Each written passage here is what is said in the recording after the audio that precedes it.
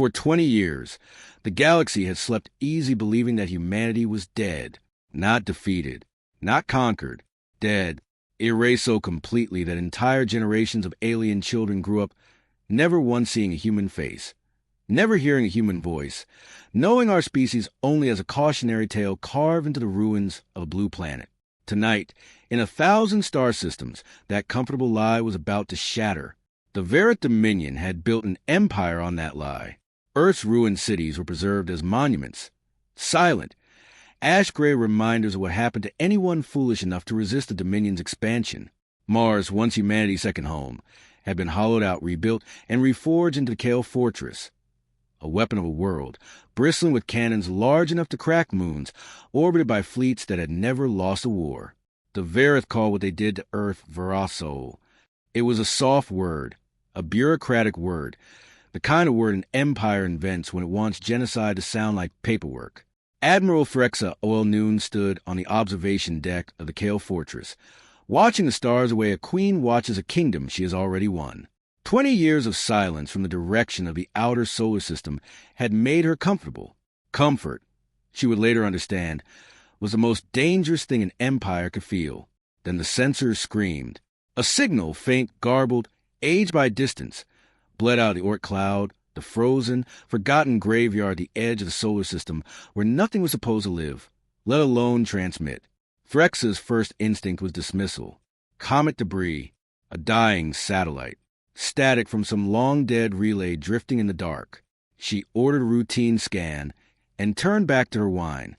The technician who ran that scan did not sleep for 3 days afterward, because buried inside the noise was structure, rhythm, syntax.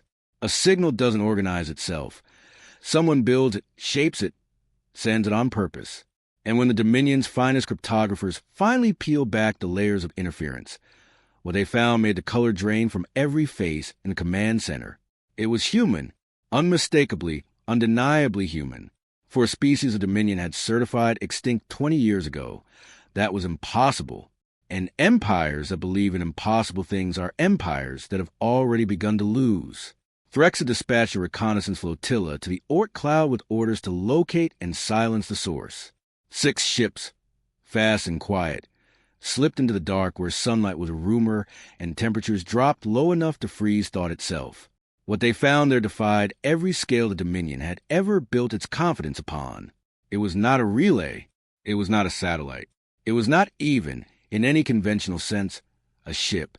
It was larger than any structure any species in this quadrant of the galaxy had ever constructed, a colossal shape half lost in shadow, its hull a patchwork of scavenged metal.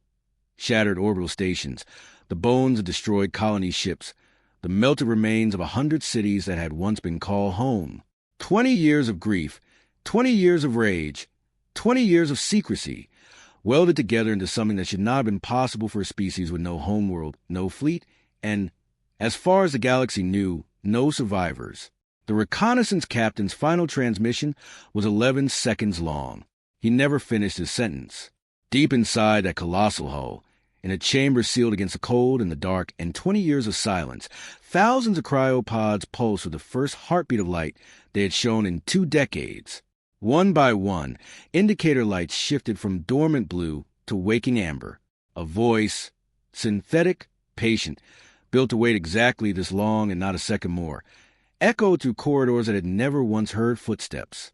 Cryogenic revival sequence initiated. Welcome home. 214 survivors of the human race were about to open their eyes for the first time in 20 years, and the ship they woke inside of had a name that the Dominion would soon learn to fear.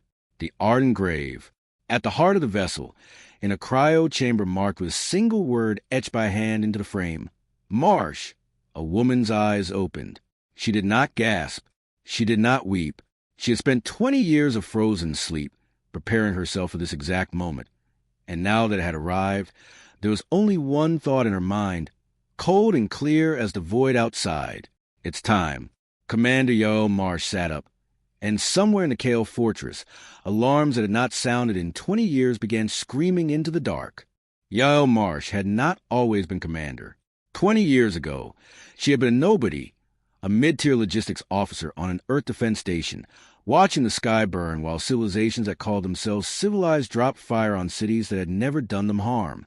She remembered the last transmission from her mother, cut short mid-sentence. She remembered deciding, in the space of that silence, that she would not die afraid. She would die working. She never got the chance to die. Instead, she got the chance to build. Now, 20 years later, she walked the frost-rimed corridors of the ardent grave as pod after pod hissed open around her, releasing survivors who blinked awake into a war their bodies remembered even before their minds caught up. Soldiers, engineers, scientists, children who had been children when the bombs fell and were now hardened adults who had aged inside, cryosleep only in the sense that dreams age, slowly, strangely, marked by grief and steady years. 214 souls. All that remained of a species that once numbered in the billions. It should have felt like defeat. Yael refused to let it. "On your feet," she called through the central corridor, her voice carrying particular calm of someone who had rehearsed this moment 10,000 times in her mind before ever speaking it aloud. We didn't survive 20 years in the dark to lie down now. Not everyone rose easily. Corvin Adim Ruiz, one of the demolition specialists and now the Ardent Graves chief weapons officer, sat on the edge of his pod with his head in his hands. Overwhelmed by a truth his body was only now catching up to, 20 years had passed in what felt to him like the space between one heartbeat and the next. His daughter had been 6 years old when he went under. She would be 26 now if she had lived at all, and he could not know whether she had. "We built this ship for exactly one reason," Yael told him, kneeling beside him, her voice dropping from command to something closer to a sister's. "Not revenge. Reckoning. There's a difference, and you know it, because you're the one who taught it to me." That was the first turning point of the long sleep's end. Grief nearly broke a soldier who had already given everything, and it was a woman leading them who reminded 200 souls why they had chosen suffering over surrender in the first place. The second came 6 hours later, in the strategy chamber at the heart of the ship, where the surviving engineers unveiled what 20 years of secret labor, scavenged wreckage, and desperate genius had actually built.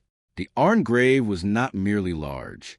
It was armed with weapon systems cannibalized from the wreckage of 100 destroyed colonies, reverse-engineered from captured Dominion technology, refined by minds that had nothing left to lose and everything left to prove. Its hull was layered with adaptive plating that had been tested against simulated Dominion weaponry for 2 decades without failure.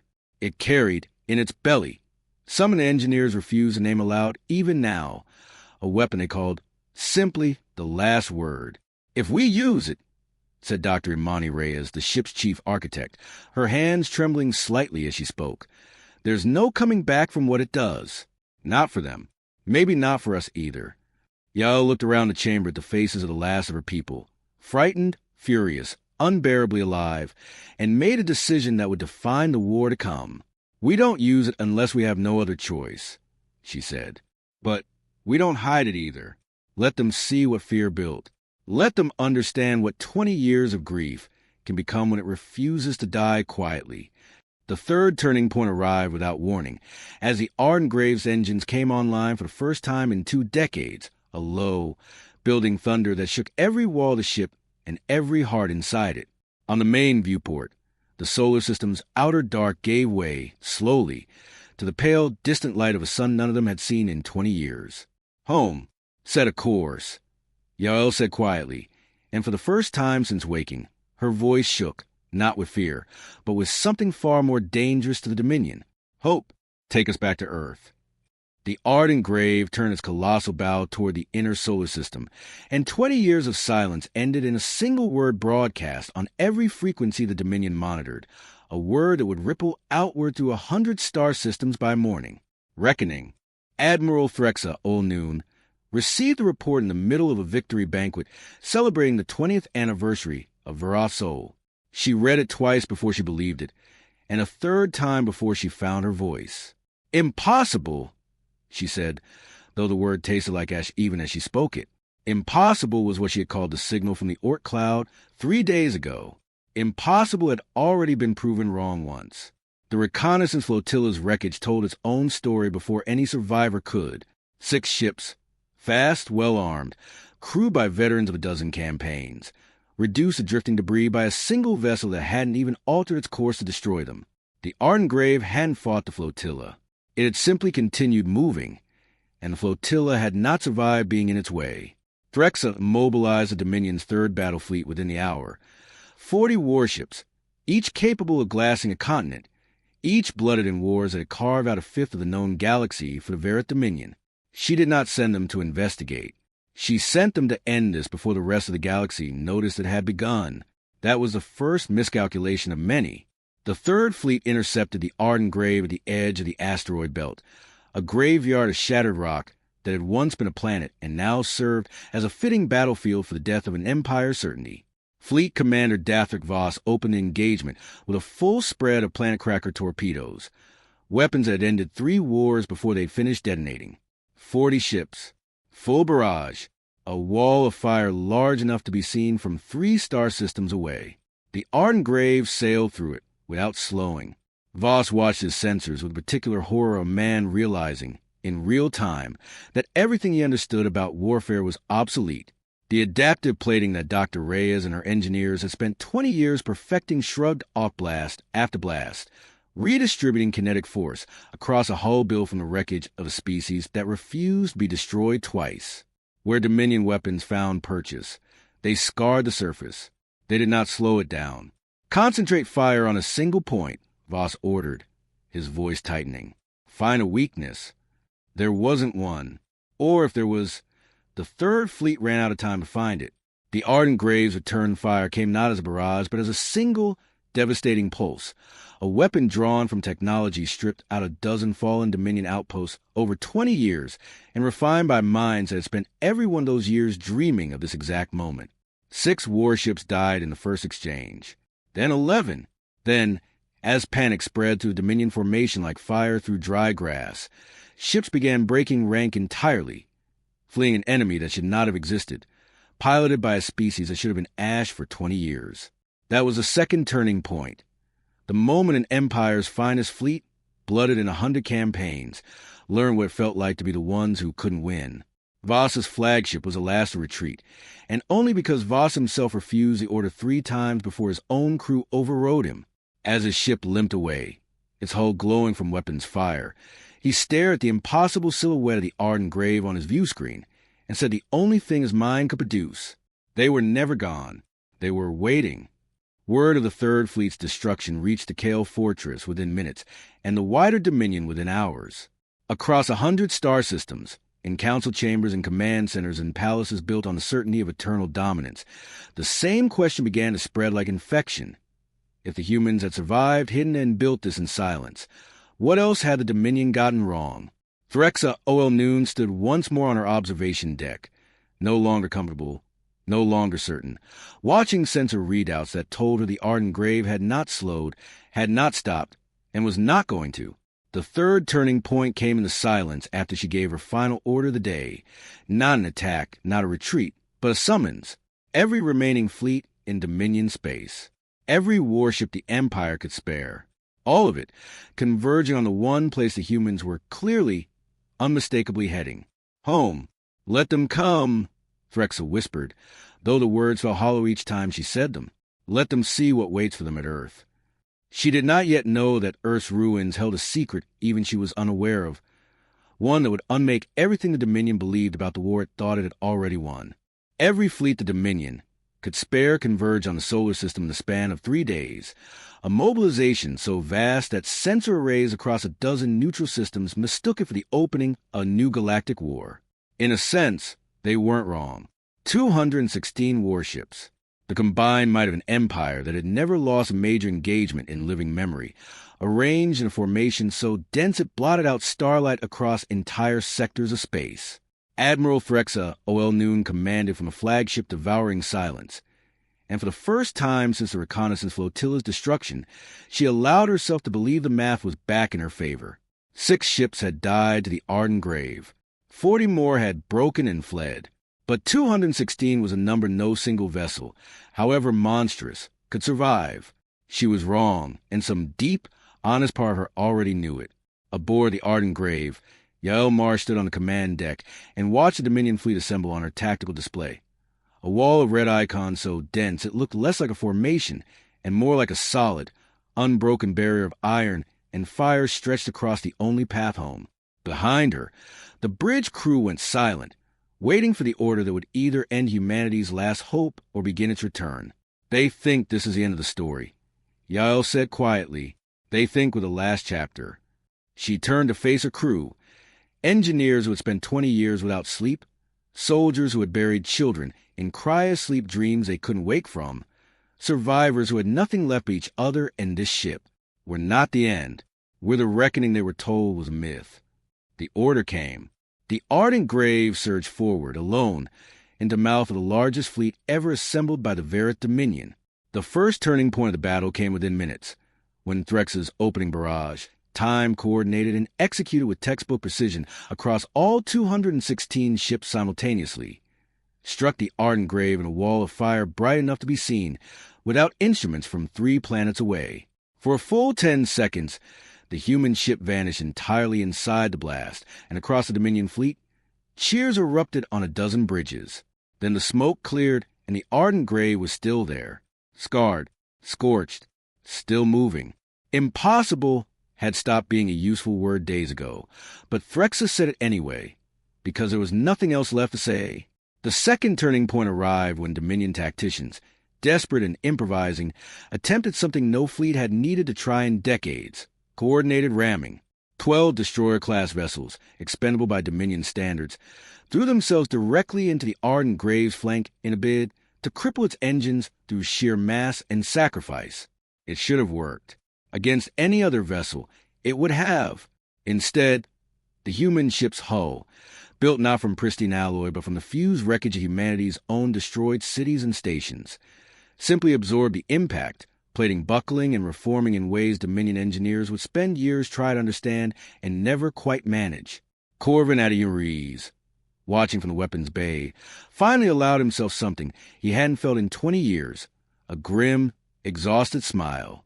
"They're throwing themselves at a graveyard," he murmured, "and wondering why it won't stay buried."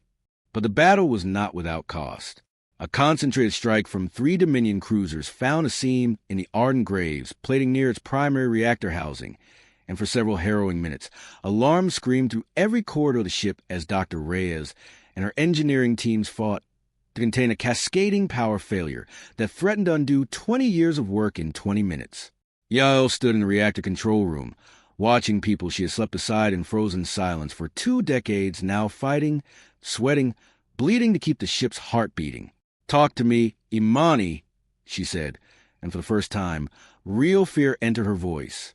"We're not losing this ship today," Reyes said through gritted teeth, hands moving across a console faster than thought. "We didn't survive 20 years of nothing to lose everything in 20 minutes. They stabilized the breach with 4 minutes to spare.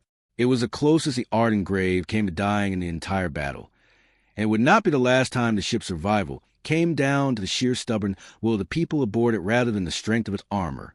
The third and final turning point of the engagement came 2 hours into the battle, when Admiral Threxa O.L. Noon, watching her fleet's formation collapse ship by ship under an assault that refused to slow no matter what she threw at it, made a decision that would define her legacy for whatever remained of her career. She ordered a full retreat, not a tactical withdrawal, but a rout, ships breaking formation and fleeing in every direction, abandoning the largest fleet the Dominion had ever assembled to save what could still be saved. 216 ships had engaged the ardent grave. 83 remained combat-capable by the time the retreat order went out. On the bridge of the devouring silence, Threxa watched the human vessel continue its slow, unstoppable advance toward the inner solar system, toward Earth, toward Mars, toward the Kale fortress she had spent 20 years believing was invincible. For the first time in her long career, fear settled into her chest and refused to leave. "Signal the fortress," she said quietly. "Tell them what's coming. Tell them the humans were never gone. Tell them." She stopped, searching for words adequate to what she had just witnessed, and found only the same word the humans themselves had broadcast 3 days earlier. "Tell them reckoning has a name now. The ardent grave." Across 100 star systems, the galaxy that had celebrated humanity's extinction For 20 years watched footage of the battle in stunned, disbelieving silence. Empires that had never questioned the Dominion supremacy began, quietly, to wonder what else the galaxy's masters had gotten wrong. And on the bridge of the Arden Grave, Yael Marsh looked at the swelling shape of Mars on her view screen, no longer a red planet, but a fortress of iron and conquest built in the bones of her people's second home, and gave the order that would take the war from the stars down to the ground. Prepare the infiltration team. It's time to go inside. The Kale Fortress had been Mars once. Before the Dominion came, before Colossal, it had been red dust and thin air and humanity's fragile, stubborn dream of a second home among the stars. Now it was something else entirely. A moon-sized weapon wrapped in armor plating thick enough to swallow cities, its surface studded with cannons capable of splitting worlds, its core hollowed out and rebuilt into a command citadel that the Dominion had spent 2 decades calling unconquerable. Yael Marsh did not intend to conquer it. She intended to go inside it. The infiltration team was small by necessity. 12 soldiers hand-picked from among the Arden Grave survivors, slipping through a gap in the fortress's outer defenses that Dr. Reyes's 20 years of stolen Dominion schematics had identified with surgical precision. While the Arden Grave continued its bombardment of the fortress's outer batteries above, drawing every scrap of Dominion attention skyward, Yael and her team descended into the tunnels beneath Mars' surface. Corridors that had once, she remembered with an ache she refused to show her team, been part of humanity's original colony infrastructure. The first turning point came almost immediately, when the team discovered that the tunnels weren't empty. Dominion patrols moved to the lower levels in numbers far greater than any reconnaissance had predicted. Not because the Dominion expected an infiltration, Yael realized with a cold, dawning horror, but because the tunnels were being used, actively, constantly, by something that required near-continuous guarding. "There's traffic down here," whispered Corvin, crouched beside her in the shadow of a support pillar as a Dominion patrol passed within meters of their position. Regular traffic. Someone's using these tunnels every day. They followed the patrol routes deeper, moving through corridors that grew steadily less like a warship's infrastructure and more like something else entirely. Barracks, mess halls, medical bays, all of it built to a scale and design that made no sense of the Dominion's own physiology. The second turning point arrived when they rounded a final corner and found themselves looking through a reinforced viewport into a vast underground chamber, and Yael Marsh's 20 years of carefully rehearsed composure finally broke. Inside the chamber were people. Human people. Thousands of them, moving between workstations and assembly lines under the watchful eyes of armed Dominion guards. Their faces gaunt, their postures beaten down by 2 decades of labor, but unmistakably, undeniably alive. "That's not possible," Corvin breathed. Colossal. They told the whole galaxy Earth's population was exterminated. Yael finished, her voice barely a whisper, her hands pressed flat against the viewport glass as if she could somehow reach through it. They lied. They didn't kill everyone. They just made the rest of the galaxy believe they did. And then they put the survivors to work building the very fortress standing on our planet's grave. Tens of thousands of human beings, enslaved for 20 years, forced to construct and maintain a monument to their own species' supposed destruction. The Kale Fortress hadn't just been built on the ruins of humanity's home. It had been built by humanity's own captive hands. The third and most dangerous turning point of the infiltration came minutes later, when a Dominion security officer, young, sharp-eyed, and far too observant for Yael's comfort, noticed the unfamiliar heat signatures near the maintenance viewport and sounded the alarm.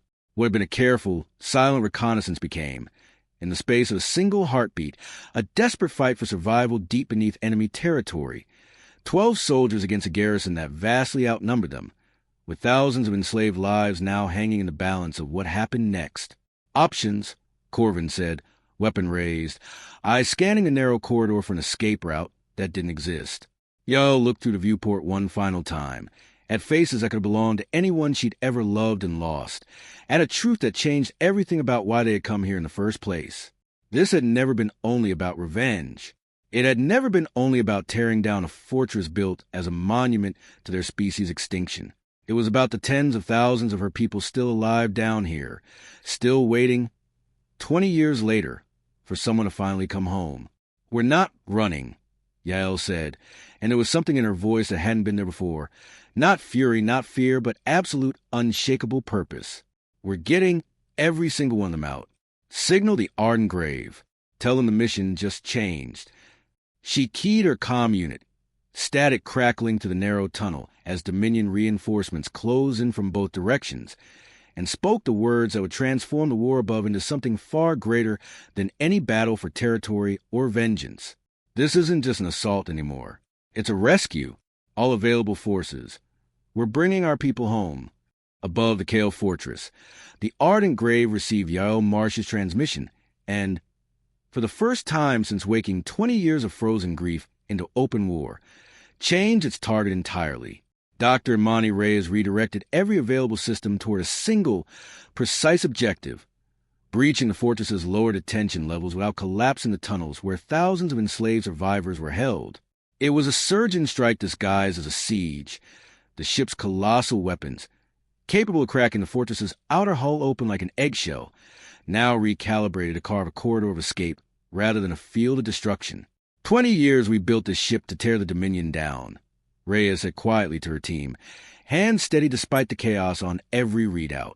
Turns out its real purpose was always to bring people home.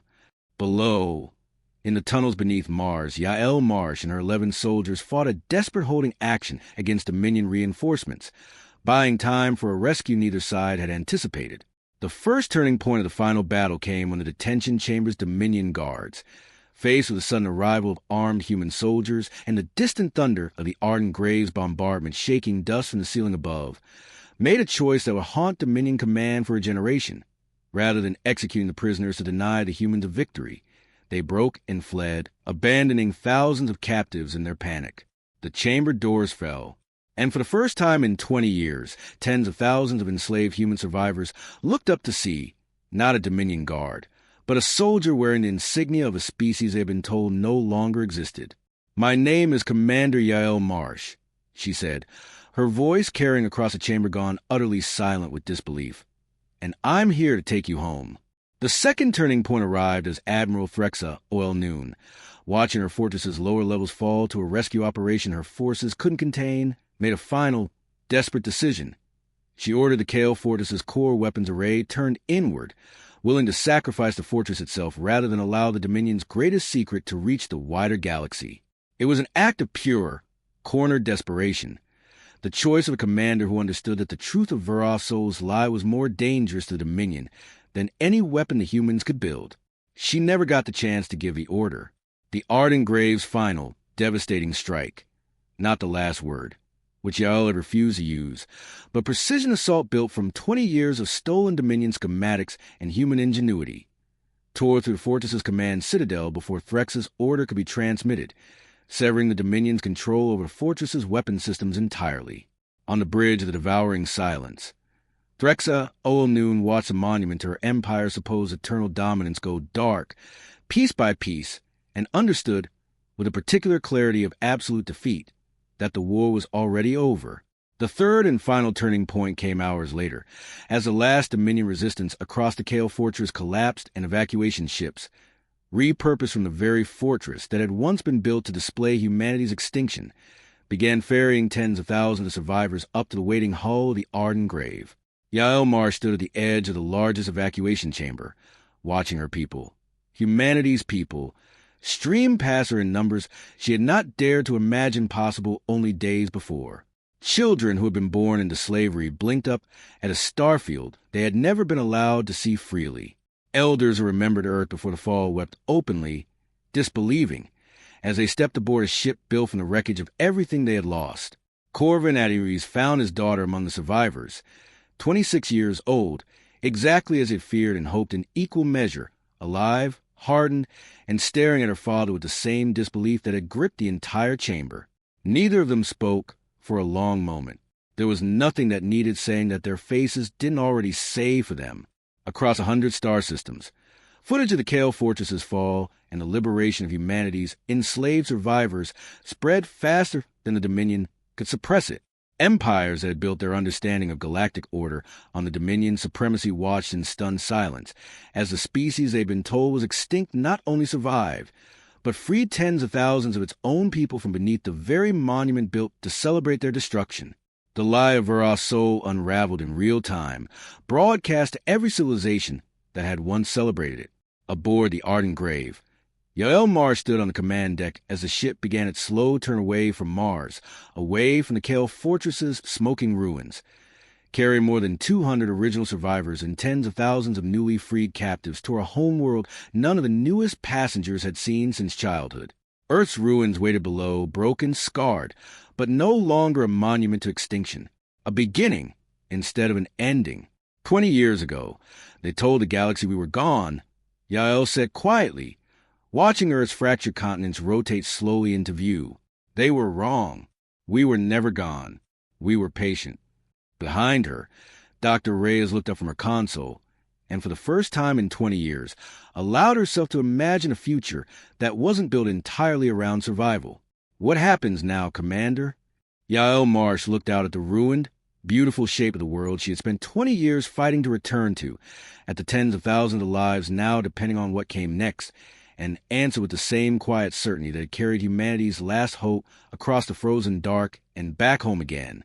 Now, she said, we rebuild, and we make sure the galaxy never forgets what happens when it underestimates the last of us. The war for Earth had begun in silence and ended in liberation, but for the Verith Dominion, and for every empire that had once believed humanity erased, the reckoning was only just beginning.